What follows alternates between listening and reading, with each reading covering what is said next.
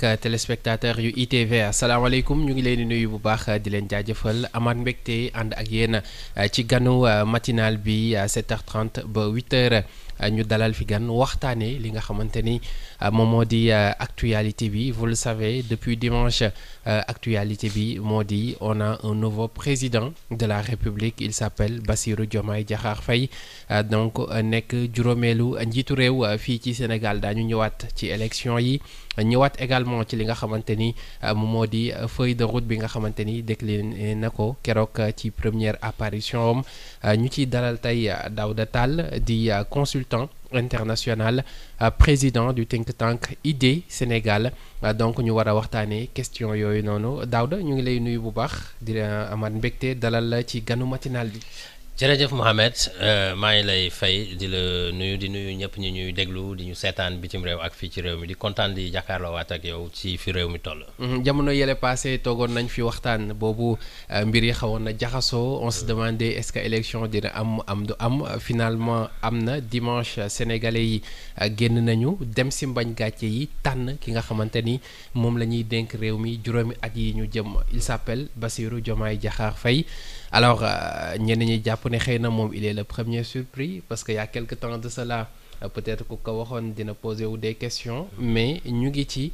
élection yoo xamante ni incertitude yi bëri woon na ban analyse d'abord ngay am ci li nga xamante ni mooy le choix des Sénégalais dimanche bi ñu génn. waaw jërëjëf Mohamed bon je pense que effectivement xam naa ne ku waxoon président Bassirou Diomaye Faye di nga nekk président peut-être que. dina nekk loo xamante ne wax du ma ne du ko gëm mais xëy na dina nekk lu muy xalaataat bu baax par rapport ak parcours fu mu jaar et puis koo xamante ne génn nga kaso dem directement campagne après ñu fal la donc mais loolu yëpp day wane ni que malgré les soubresauts yi nga xamante ne amoon na fi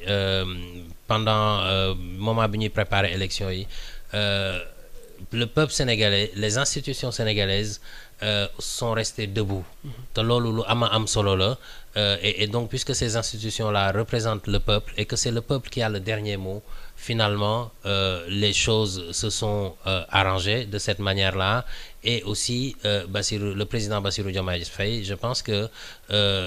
c'est le choix des Sénégalais et qu'il faut vraiment respecter ce choix-là parce que il a été élu et il a été bien élu parce que tam mën nañ si ñëwaat peut-être mais il est un président qui est très très très bien élu dans la mesure où booy xool le taux de participation est très acceptable booy xool aussi malgré li nga xamante ne mooy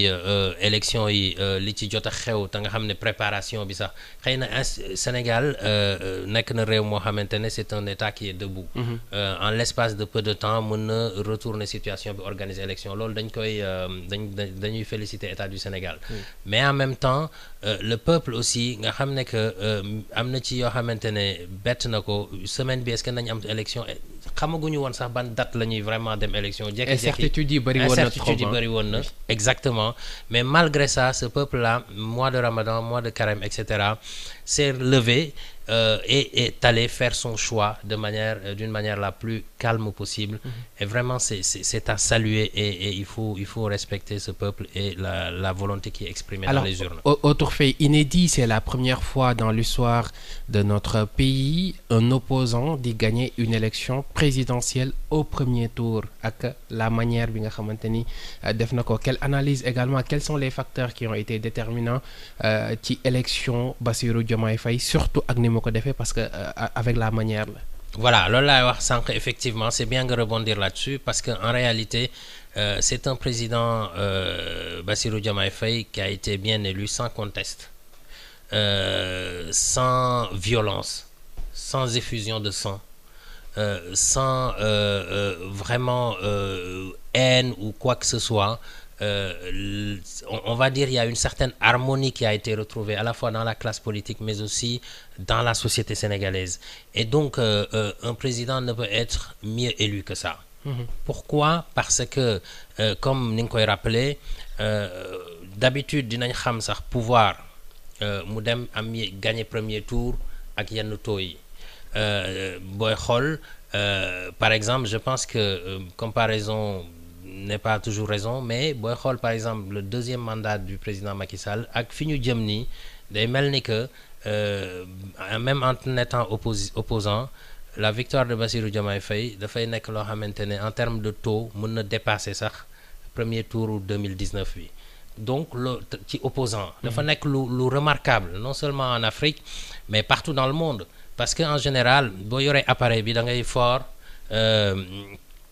da ngay am les moyens etc. Et malgré ça un opposant qui arrive et qui réussit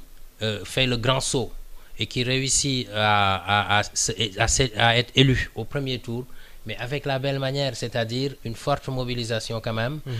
Et aussi maa ngi dégg autour de 62%, c'est pas mal vu les conditions yi nga xamante ne incertitudes yi amoon yi nga xamante ne amoon na ñu am 62%. Sànq maa ngi dégg ministre de l'intérieur di wax loolu bu nekkee confirmé na lu am solo la vu les conditions de préparation de cette élection. Ba pare nar si génn tam avec un taux vraiment respectable. Ça veut dire aujourd'hui c'est la majorité qui est donnée à quelqu'un qui n'était pas attendu. La majorité du peuple sénégalais a choisi l'opposition, mais aussi quelqu'un qui n'était pas attendu. Donc vraiment,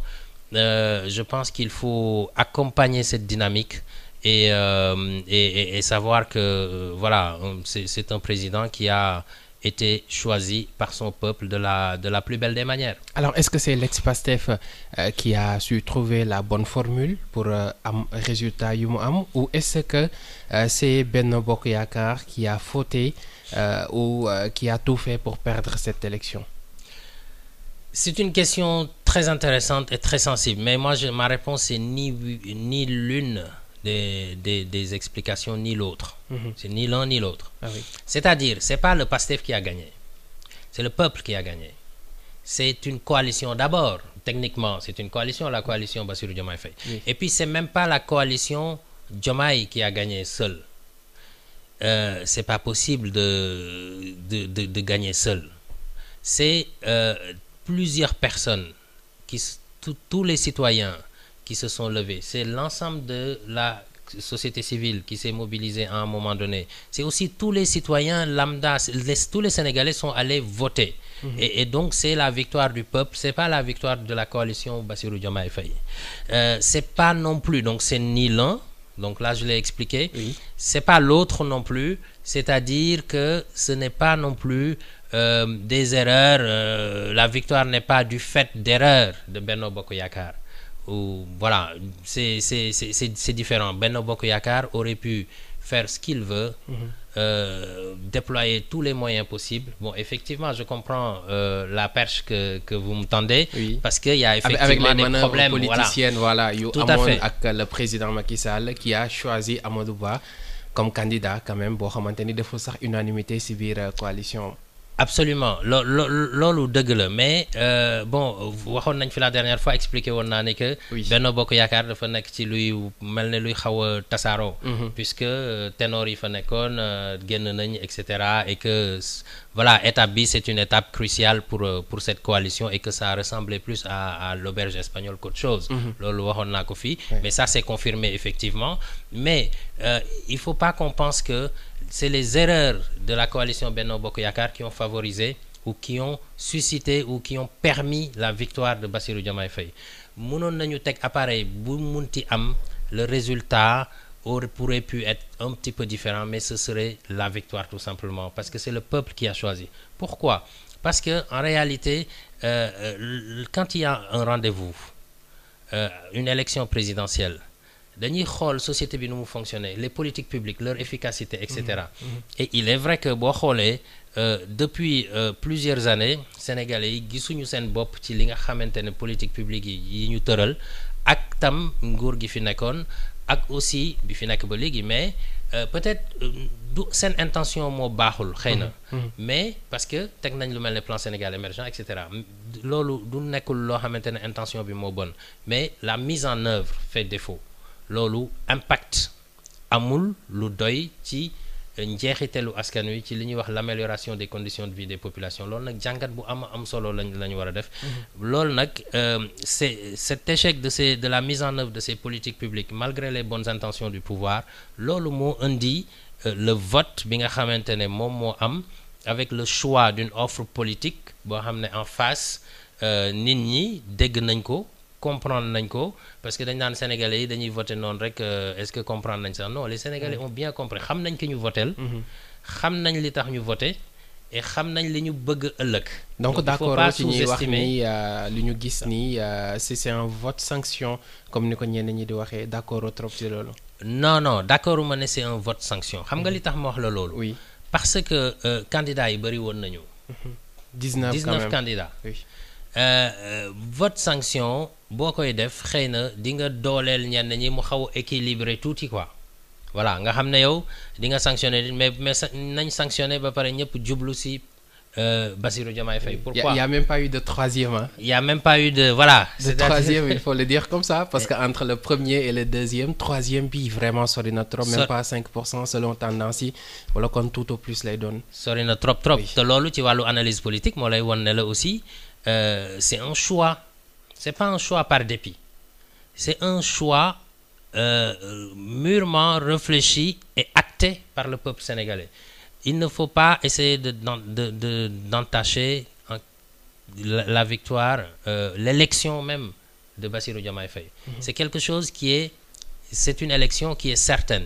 qui est déterminée, qui a été actée par le peuple, qui a fait un choix. Ce n'est pas une question de sanction. Est-ce que même nit ñi bi ñuy dem di voter, peu importe ku fi munti nekk.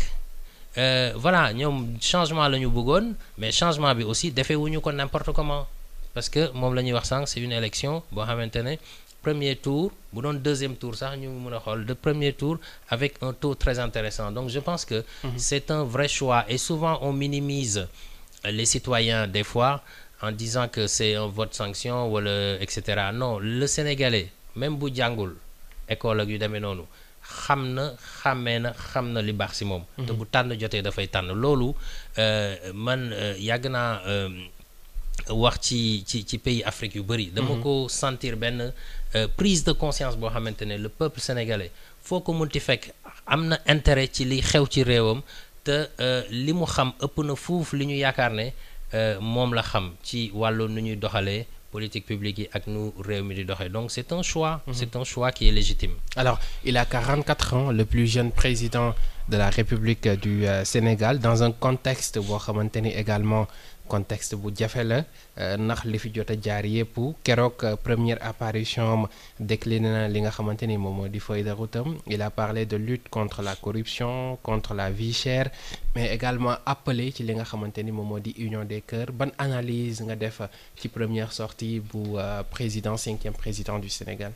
waaw loolu lu am solo mais pour def une transition rek Mohamed yàgg nañu def ay débat ñu yàgg artu ñi fi nekk daal actuellement ci wàllu politique publique il faut des politiques publiques efficaces yoo xamante ne day am impact la finalité de toute politique publique c'est le développement humain loolu dafa am solo bu baax mais nag yàgg nañ ci di artu à chaque fois mais jotuñu ñu dégg daal loolu c'est dommage mu indi résultat bi nga xamante ne moom la ñëpp gis beneen bi mooy pour sa question boobu booy xool Bassirou Diomaye Faye discours bu mu def c'est un discours responsable c'est un discours responsable parce que c'est posé c'est calme et tracé na ligne de conduite bi nga xamante ne les grandes lignes yi nga xamante ne noonu la mooy mode de gouvernance am waxuñu nag waxu projet en termes de mise en œuvre du projet en soi du projet de gouvernance des politiques publiques je pense que c'est un discours surtout qui a tracé les grandes lignes du mode de gouvernance voilà ne dinaa gouverner ak humilité calme etc. dinaa oote concertation dinañu xoolaat les institutions dinañu xoolaat naka la ñu mën a renforcer état etc. citoyens yi gën ci gis seen bopp donc c'est des grandes lignes c'est pas encore très très concret mais ce n'était pas le but d'aller vers des projets concrets ci li nga xamante ne mooy premier discours bi aussi il faut que ñu xam ni que par exemple li muy oote sur l'international et c'est très responsable aussi parce que ku xam fi formation politique bu mu jógee muy Pastef ñenn ñi dañuy def l'amalgame ne contre l'étranger etc. et heureusement que moom duggul ci domaine boobu mais xamoon nañ que ni aussi bu xasee ba falu président Bassirou Diomaye Faye nekkatul un membre d'un parti boo xamante ne moo ko fi teg Pastef rek mënul fal un président de la République tout seul aucun parti ne peut élire un président aujourd'hui tout seul et donc léegi moom position bu mu taxawee mooy position Sénégal man mbubbu Sénégal la sol fu mu toll nii solatul mbubbu formation politique. Ce n'est plus Bassirou Diomaye Faye du parti PASTEF mais c'est le président de la République costume boobu noonu lay sol. mais oui c'est le président élu du Sénégal costume boobu lay sol costume boobu nag ku ko sol il faut que ñu tailler ko sur mesure c'est-à-dire à la hauteur des enjeux yi nga xamante ne Sénégal foofu la toll il faut que ñu tailler ko sur mesure à la hauteur de l'image du Sénégal de ce que représente le Sénégal d'abord réconciliation nationale boobu mu wax da lu am solo la parce que su amul sax développement mënul am gis nga li gën a suuxal PSE ak gouvernance bi ñu génn mooy parparloo bu bëri ak sous-estimer ñenn ñi dañu war a tant que loolu Bassirou Diomaye Faye bu ñëwoon rek dugg ci ay parparloo wala yu demee noonu bu fi defoon 10 ans sax du réussir donc parce que développement dafa nekk loo xamante ne dafa war a am une dynamique commune collective action collective mooy indi développement loolu nag j'espère que comprendre na ko te discours bu mu jot a joxe ça ne veut pas dire que nag du am ay ñi nga xamante ne lutter contre la corruption wala yu demee noonu loolu tam wax na ko luubal bon il faut que ñu taxaw ci yenn yi c'est normal donc pour aussi que protéger l'État les ressources de l'État etc donc loolu noonu yëpp pour man lu responsable la te mbubu Sénégal la sol les militants nañu ko xam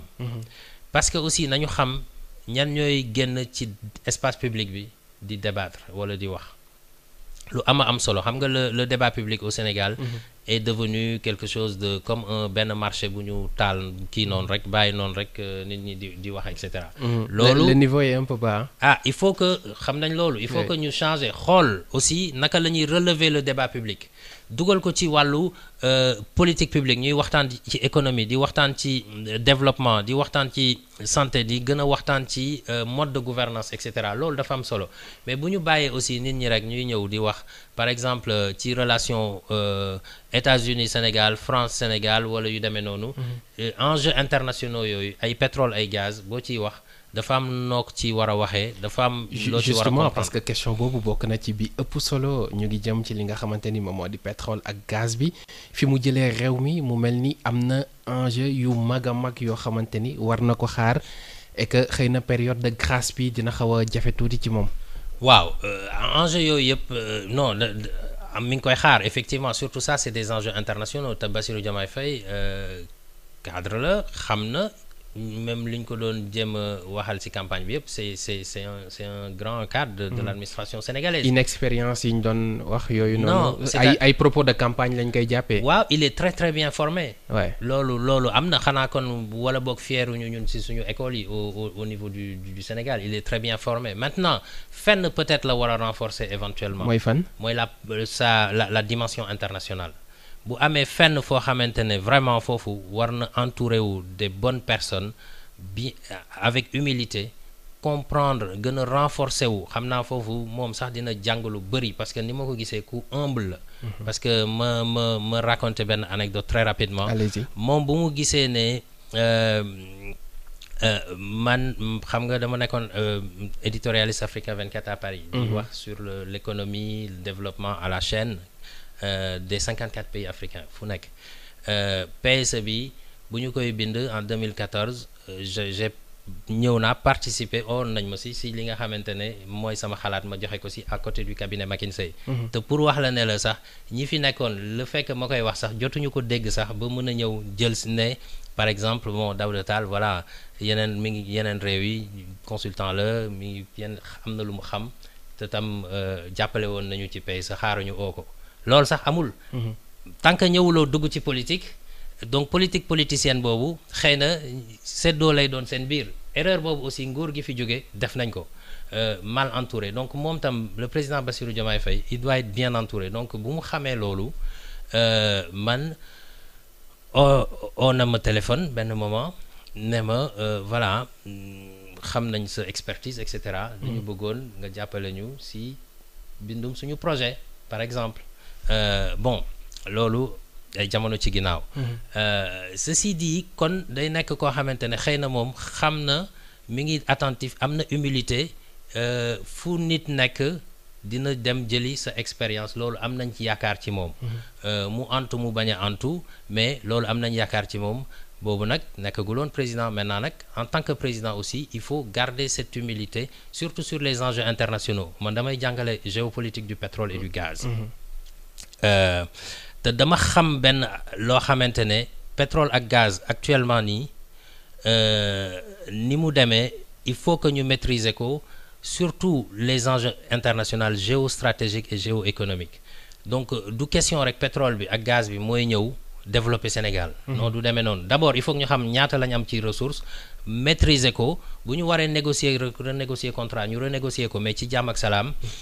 surtout liy génn ñu am des mécanismes de contrôle ba xam ko te tam xaalis bi ñu ciy jëlee mu financer yeneen secteurs yi nga xamante ne mooy éducation santé infrastructure et cetera pétrole ak gaz joxul emploi kenn. plateforme pétrolière tey boo fi demee ñaata personne nga fay fekk.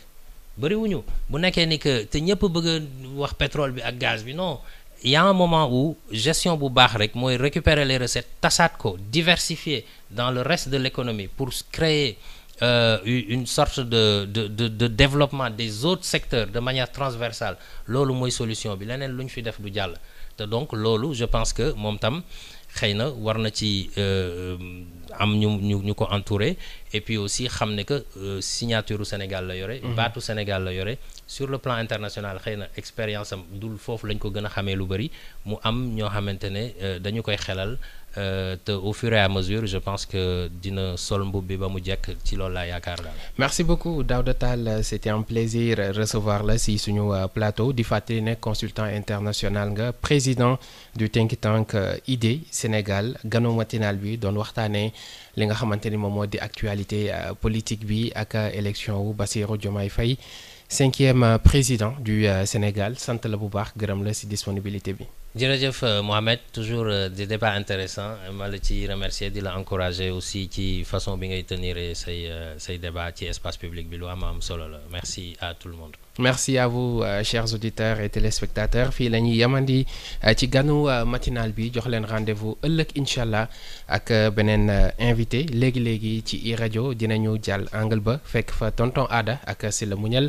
buñ ca noppee xibaar yi ci nu mu gën a yaatoo ci wolof Assane Top moom moo ñi ci gunge invité matinal bi ak Daouda Tall 13h30 mën ngeen ko suivraat sur ITV disponible na également ci suñu chaîne YouTube di ITV Sénégal merci à tous et excellente journée.